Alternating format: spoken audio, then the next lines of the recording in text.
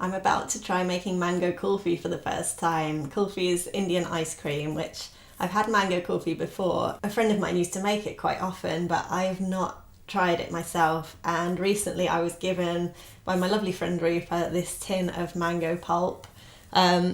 She did insist that before I make anything with it that I have to eat some straight out of the can. That was a condition of the gift, so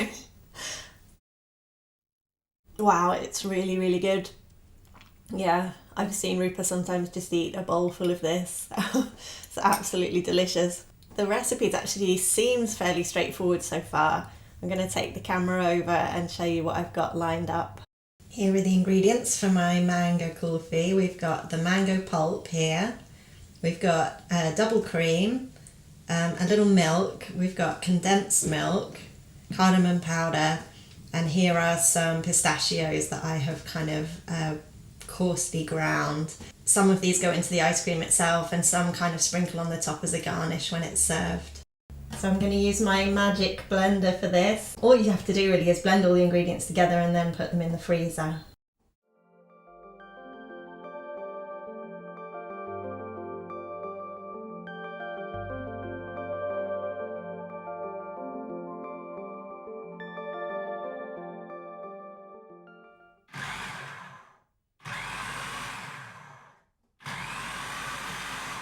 And here's my mixed kulfi. Often people make these in individual moulds, even using kind of plastic cups and paper cups, so you can put a little stick in and you can eat it like a lollipop or a popsicle. You can also get specially made kulfi moulds. I don't really have anything suitable, and also I'm quite happy to kind of scoop it out into bowls to eat, so I've just put it in a Tupperware and I'm going to freeze it now overnight and try it tomorrow.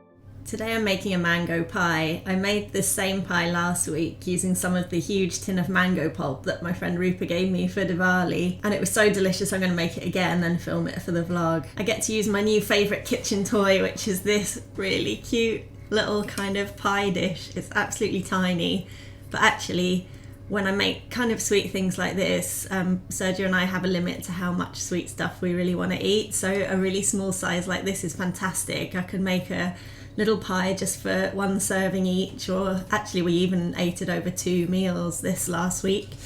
So that's a great size and I don't end up with loads of stuff that I don't know what to do with. So first up you make the pie crust, which is really, really easy.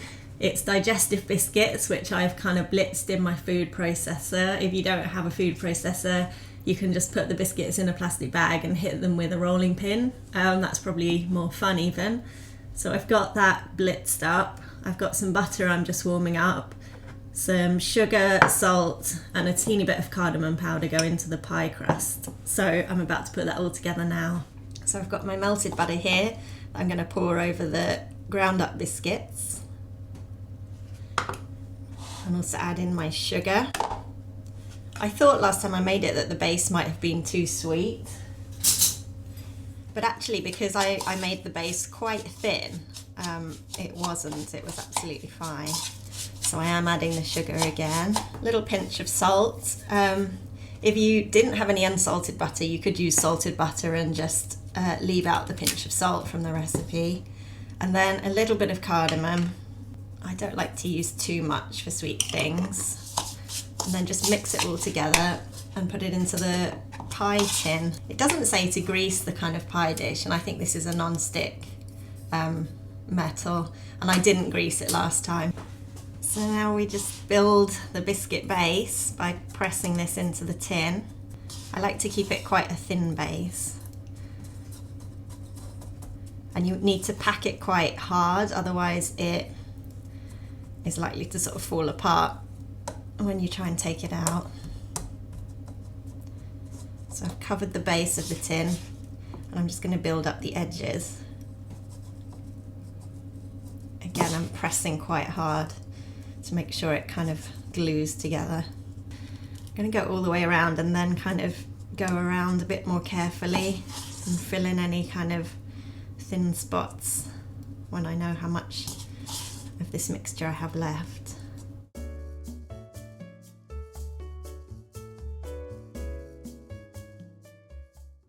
So once I'm happy with my base, it's going in the freezer for 15 minutes and then it's going to come out and bake at 160 degrees, I think, for about 12 minutes. So here's my pie crust from the freezer that's going to go in the oven now for 12 minutes. There's the pie crust out of the oven. That's just going to cool on this rack for a little while now. The rest of the pie doesn't get cooked. It's just a sort of set fruit pie filling set with gelatin, so there's no more cooking involved in this, just refrigeration.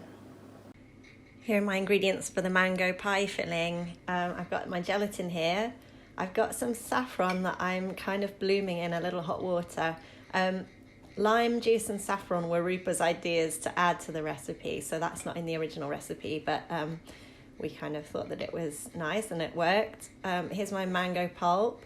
I've got sugar, cream cheese. I'm using mascarpone, double cream, and a little water. So the first step is to just kind of soak the gelatin in a shallow dish in the water, also with a little half of the sugar. I'm just going to sort of eyeball it. I'm going to leave that for a while for the gelatin to soften. When I made this last week, I was actually kind of freaking out at one point because my gelatin didn't seem to be softening at all. And then I found out that you really do need to heat it sometimes and whisk to get it to fully soften, which it did eventually. It all dissolved. But the recipe doesn't mention anything about kind of heating or whisking, so I had to Google that separately. But yeah, I'll probably be doing that again in a moment. And the next step is to whip the cream and the remaining sugar together.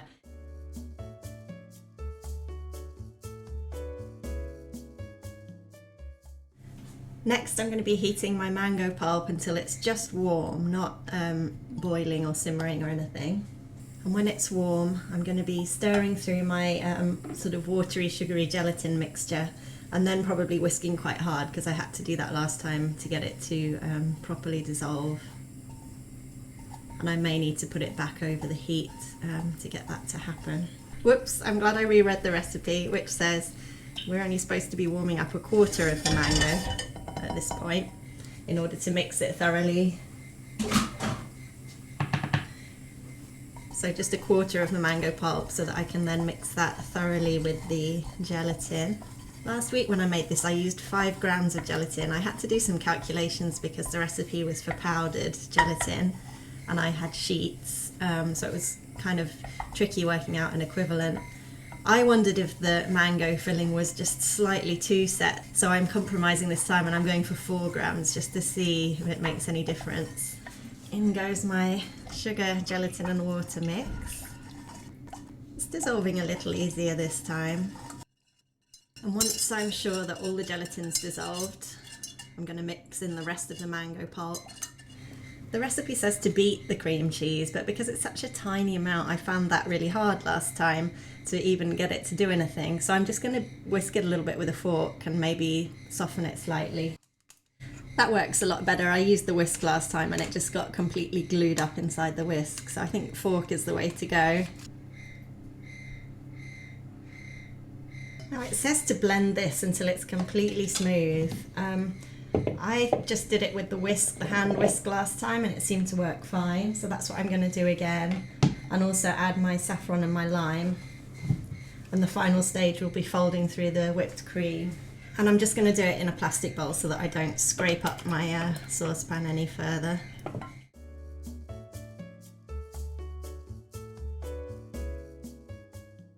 And the final stage is to fold the cream and the mango mixture together until no more creamy streaks remain. You can do it bit by bit.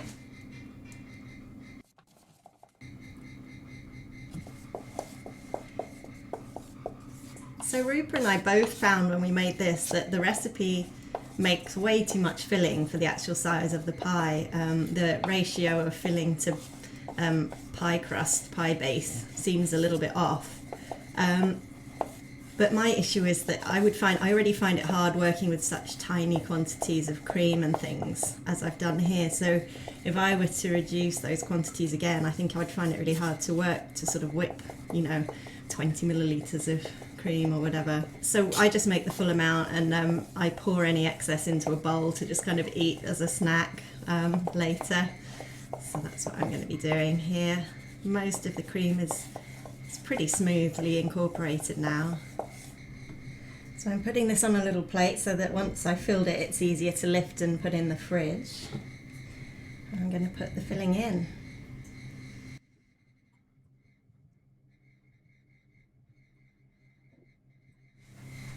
Just use a spatula to smooth the top slightly. Right, so this is going to go into the fridge to set. You can leave it for just 5 hours, but kind of overnight is the optimum amount of time. So I'm just going to cover this, get it in the fridge, and then I also put this little bit of spare into a bowl in the fridge as well to have as a snack tomorrow. Here's what I do with my little leftover bit of filling. Just make a nice little single portion dessert.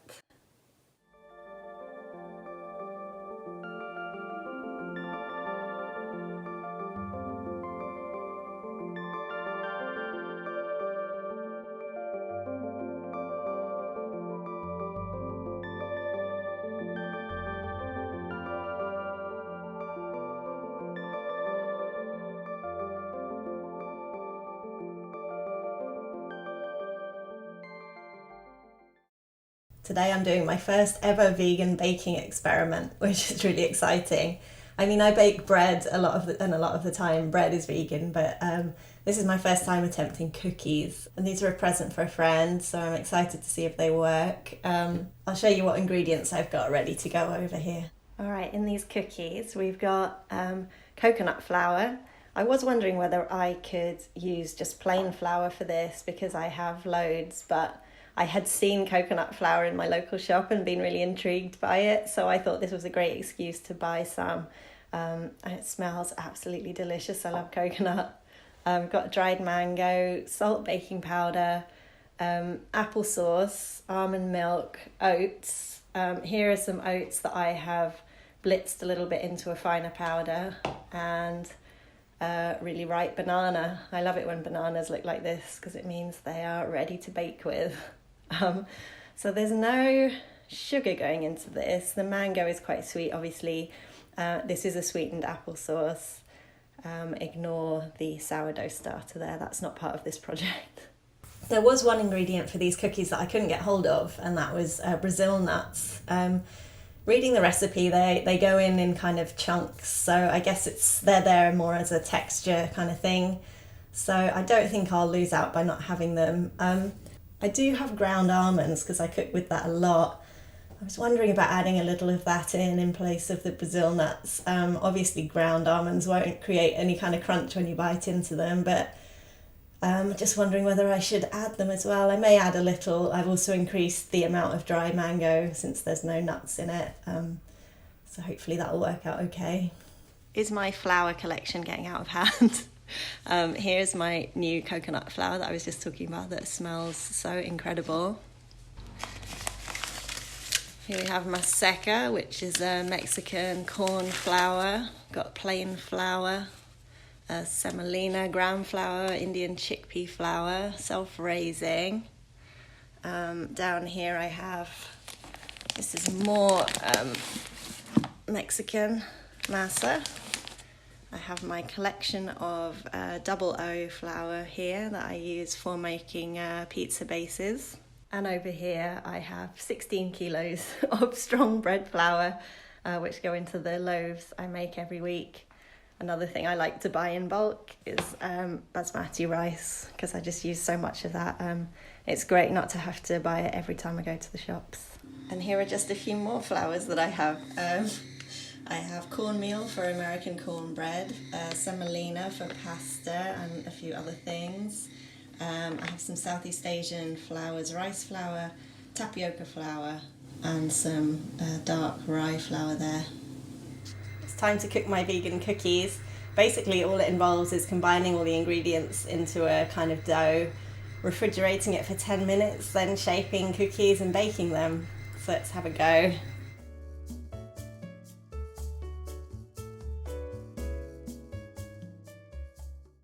This has come together in what seems to be a decent cookie dough to me. I didn't need to add any more almond milk. The recipe said to add more if it was too dry. I did think about using oat milk because oat milk is something I use often. But I did read that it's perhaps not quite as good for baking as almond milk. So because this is my first time making this and it's a gift, I thought I would play it safe and use almond milk. But next time I might try it with oat milk. So this is ready to refrigerate for 10 minutes and the oven's heating up, ready to bake these. Okay, time to shape the cookies. The recipe says this makes 6 kind of big chunky cookies. But it does say to use a ball the size of a walnut. I think that will maybe make 8 from the looks of it.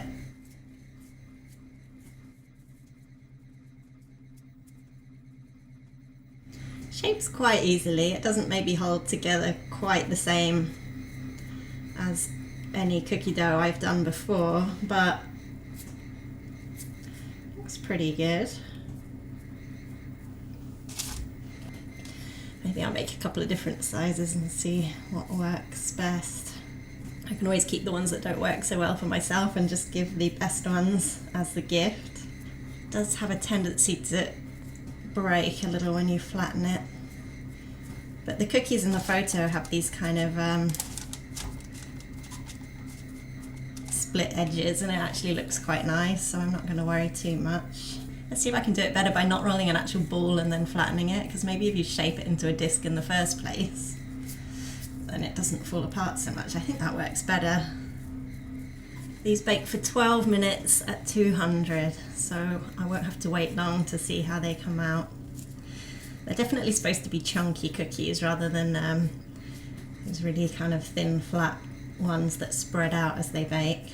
Yeah, I think the suggestion that you would make 6 out of this dough is a little crazy.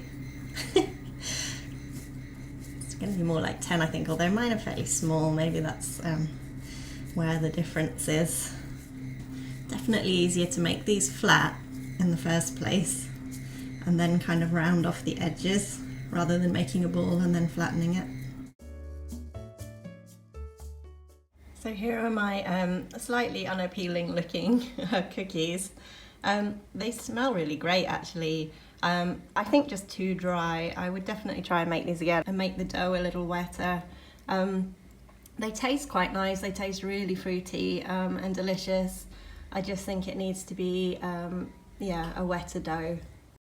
So I wanted to record a little follow-up about the cookies because I ended up kind of changing my mind about them a little bit and I decided they had actually worked quite well in the end. I did actually remake them again the same day actually, or the next day.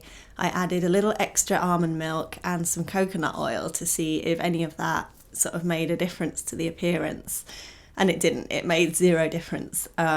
It did help a little, just make them easy to shape, to make the dough slightly more moist. So I would recommend doing that. But other than that, it didn't really change the appearance. But what I discovered was that when these cookies first come out of the oven, they have a kind of white powdery appearance to the outside of them, which makes them look very dry.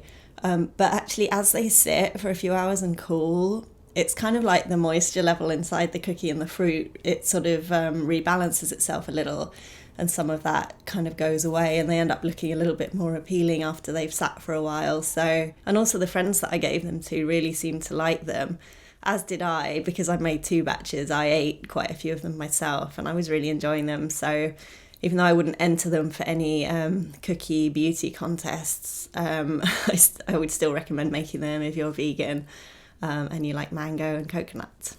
Yeah, and I wanted to add one other follow-up thing about the mango pie and the gelatin that I used. I realised afterwards, I felt a bit silly because I realised that when the recipe describes that method of putting your gelatin in a little bit of water with a little sugar and letting it sit for 10 minutes or so for the gelatin to dissolve, that's because it's powdered gelatin. And when you use sheet gelatin like I do, that doesn't really work. You need to heat the gelatin a bit more and whisk it, as I said in the episode. So now what I do is I just kind of skip that step entirely of letting the gelatin sit with the sugar and the water. I put the water in a pan on the stove first of all, warm it up a little, only a little bit. You don't need, to superheat it. I put the sheets of gelatin in there, break them up a little bit, sprinkle the sugar, and then I kind of just stir that rapidly on a low heat until it's fully dissolved. Then I add a quarter of the mango pulp, make sure that's fully kind of mixed together, and there's no little streaks of gelatin left. Then I add the rest of the mango pulp on top of that and mix it through. So yeah, I just wanted to clarify that in case anyone's using sheets of gelatin like I was. Anyway, I hope you enjoyed the episode. I hope some of you might try making some of these recipes. If you ever do, please tag me on social media so that I can see. And feel free to message me with any questions or suggestions or anything along those lines. So yeah, thank you for watching.